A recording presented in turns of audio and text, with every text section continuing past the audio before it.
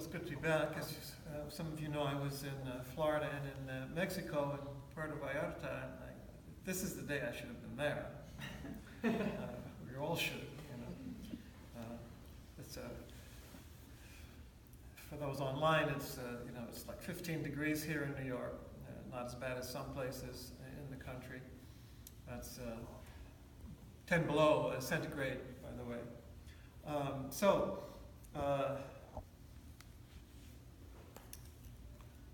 Some of you probably noticed that Mary Oliver died, the great poet. She's 84, Pulitzer Prize winning poet. Roshi often quotes her in his teishos, and the quote that was used from her in the New York Times was the last line from her poem, "The Summer Day." Tell me, what is it you plan to do with your one wild and precious life? It's a great phrase, your wild and precious life. And certainly in our practice, we awaken ourselves, hopefully, or we are awakened to our wild and precious life, both on the cushion and beyond. And learn wisdom, of course, from people like her, but hopefully from within and from, everything and everyone that comes to us. I got a good sense of that in Puerto Vallarta. There's a river that comes down near the old city into the ocean, right into the ocean, and there's a long, narrow island in the middle of it. This was the first time that I actually walked the length in their gardens and art installations, etc., right there on that island. But a couple of things struck me. There was a bar called Bar Babel, B-A-B-E-L, like the Tower of Babel, and the artwork on it was the tower with the 7 chakras,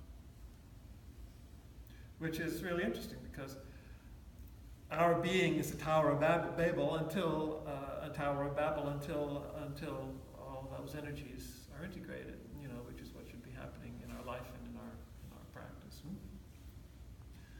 There was also an image, a drawing of a native with a cougar, or a jaguar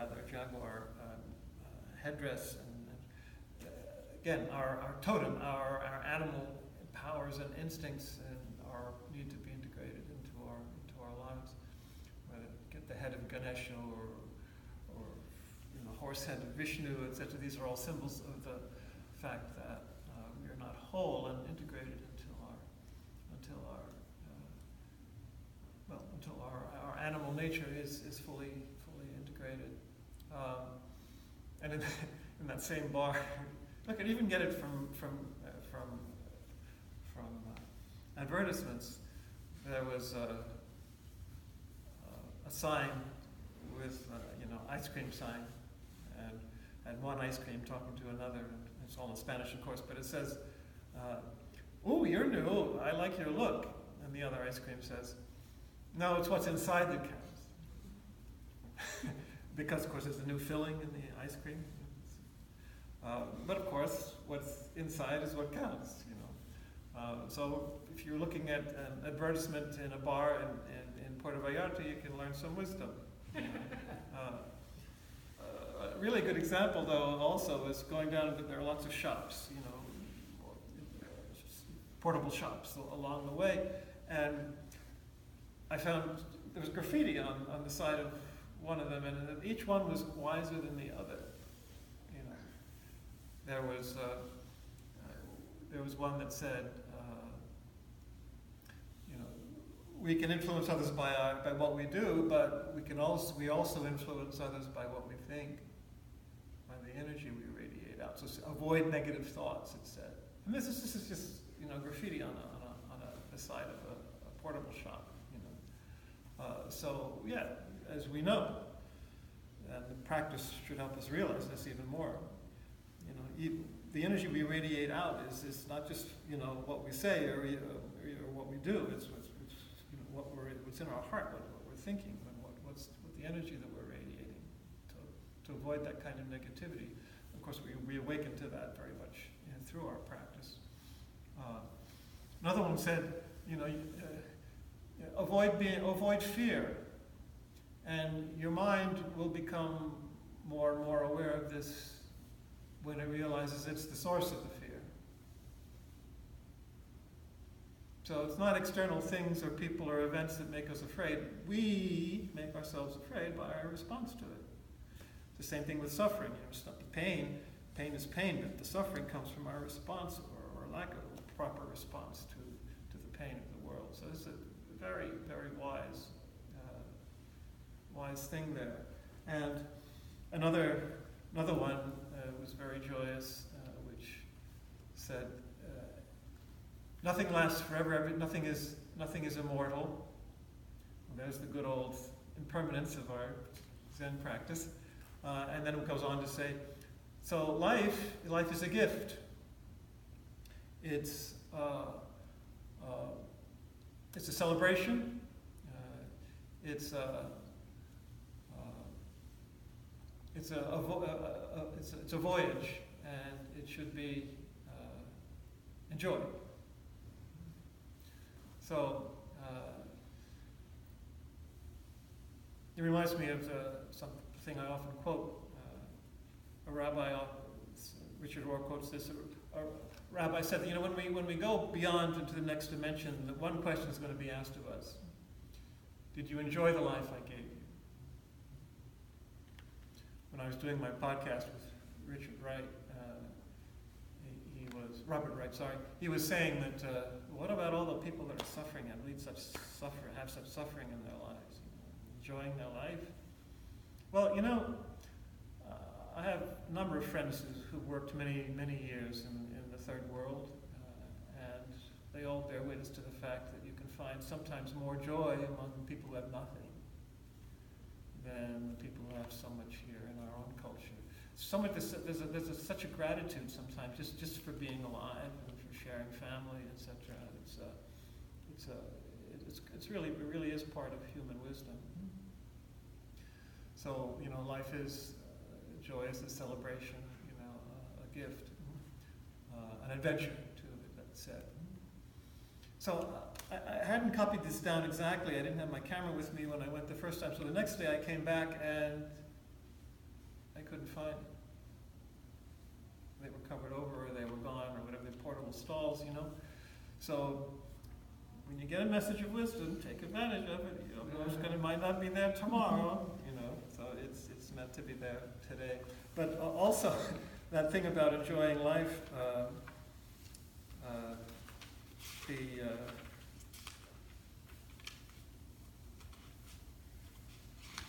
I found it also in is it today's it's today's page a day wisdom, from Zen calendar, from William Somerset Maugham of all people. Nothing in the world is permanent. Sounds like the quote itself that I just found. Nothing in the world is permanent, and we're foolish when we ask anything to last. But surely we're still more foolish not to take delight in it while we have it. Very good. So that's all there.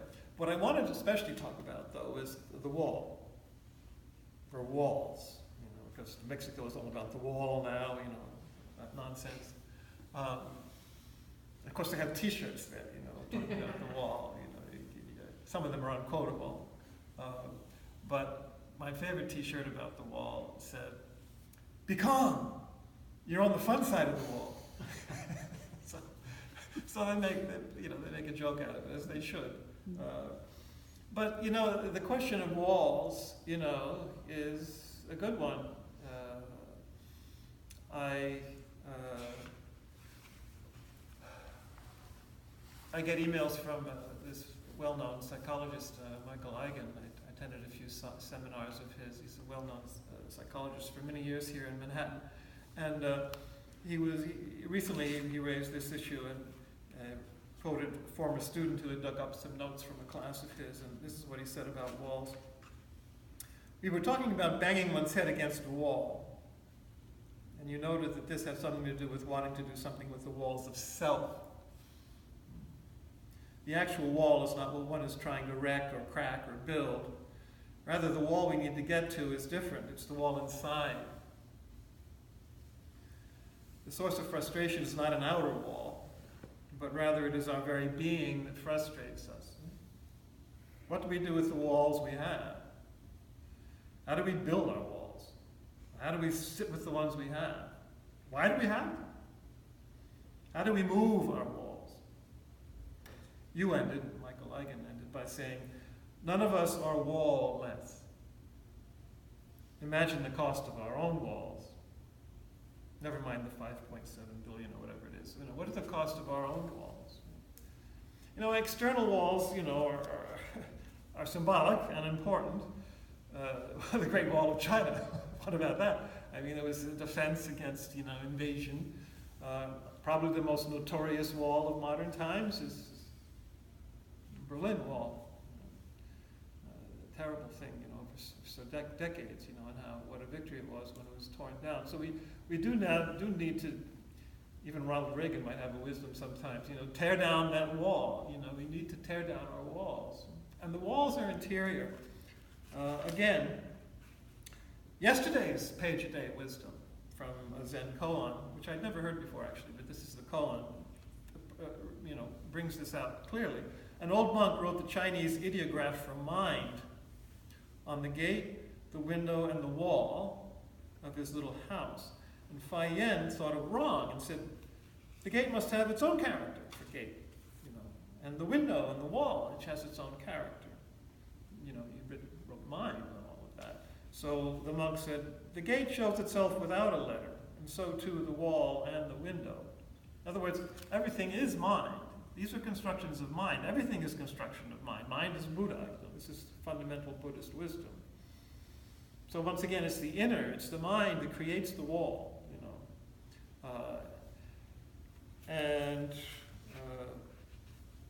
Preview of tomorrow's Page a Day Wisdom, February 1st. You yourself are your own barrier. Rise from within it. So you're the wall, and you make your own walls. If you look at, traditional Zen wisdom, even think of the name of Mamonkan, the book of koans, the gateless gate, the barrier without barrier. There's no barrier to anything. We make our own barrier. So if we can't get in, it's because we're the problem.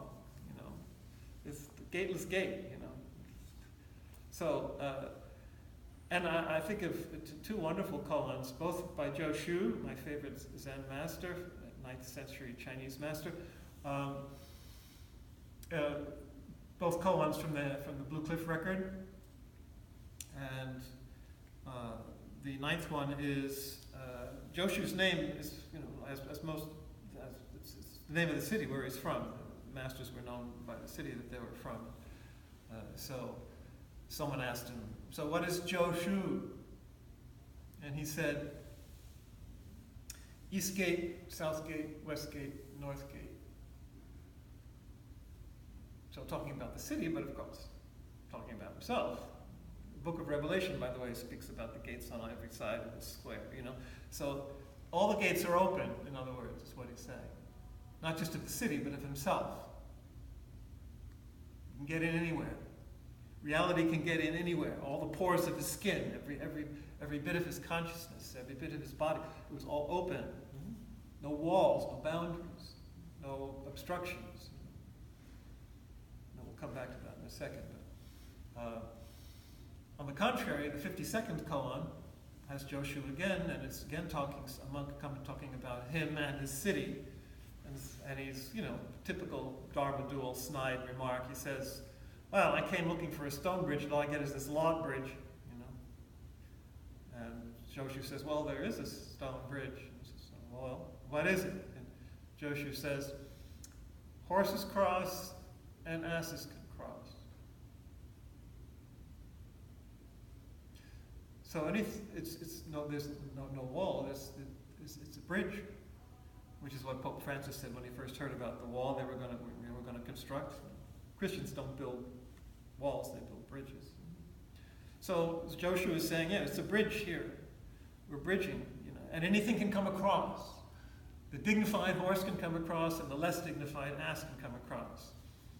We might say in our present culture, even horses' asses can come across. The bridge. But we should be a bridge to everything. We should be able to build bridges, to be bridges, to everything and everyone. That's the only obstacle to that is, ourselves, our own obstructions. But as I was reflecting on this, I think there are subtler dimensions to this. I think part of the reason that there have been so many scandals, in our Zen tradition here in America, but also coming from Japan and elsewhere, of abuse of relationships, is because we had the sense, well, everything is one and everything is open and there are no boundaries. Well, there shouldn't be walls. You need to pull down your walls because walls are defensiveness, and they also usually reflect some kind of trauma or things that we have to get over. We're overprotected. There shouldn't be walls, but there should be boundaries. You have to respect boundaries, because it's not just all one. Emptiness and form are both important, and they're correlative, and one does not absorb the other. It's like the snow and the silver bowl, that koan, where they seem to be almost the same, but they're not reducible to the one to the other. So you have to respect the form. There's some wonderful images from the koans, as you know. The one in the Mamon Kama speaks about like the buffalo trying to go through the window, but the tail he can't get through. In other words, there's a particularity of form which cannot be, simply passed through the window to the absolute. Or the other one from Nagarjuna, he was a famous philosopher, of course, in the Dekoroku, where you have a needle in a bowl of water. The bowl of water, seems to be the whole thing, but the needle is irreducible. You can't get rid of the needle. The needle's not reducible to the water. So we have to respect form. And the boundaries that implies and entails. That it's an essential part. Emptiness and form is emptiness. They're correlative, but they're not reducible. It's like non-duality. It's not one, not two. So I think that's a really, really important bit of wisdom for our lives. There should never be walls, but there should be boundaries. And I think a good way to respect boundaries, but pull down walls, is to make sure that, when we connect to the real current and substance of reality itself, it is compassion and love and joy and peace. That's what we experience. And as it says of the book of wisdom, in the book of wisdom, in the Greek scriptures, it says, wisdom penetrates everywhere by reason of her purity. Nothing solid can come into it. So it penetrates everywhere. But is the image of God's goodness, it says. So if we really connect with reality itself, there's the flow of wisdom and love and respect, which, knocks down all the walls, but respects the boundaries, as love and compassion and joy and peace always do. So I think that's the secret. Love can penetrate everywhere, but it does so with respect. Infinite respect, because it's love, because it's compassion. So I think that's the secret. And it's not hard to discover, because that's the secret of reality itself. That's what the substance of reality is. And it helps us to understand and to practice the fact that walls are not necessary and walls get in the way, but boundaries are precious and need to be respected. So I conclude with another quote from Mary Oliver, which is from the Page a Day calendar a year and a half ago. It is a serious thing just to be alive on this fresh morning in the broken world. So it's a serious thing to be alive and to practice and to discover what it's all about, to pull down the walls and respect the boundaries. It's a serious thing just to be alive on this fresh morning, and of course every moment is a fresh morning if we're awake, in the broken world. And it is a broken world. And that's why boundaries need to be respected. But if it's going to be healed, the walls have to come down. A little bit of a paradox and a challenge.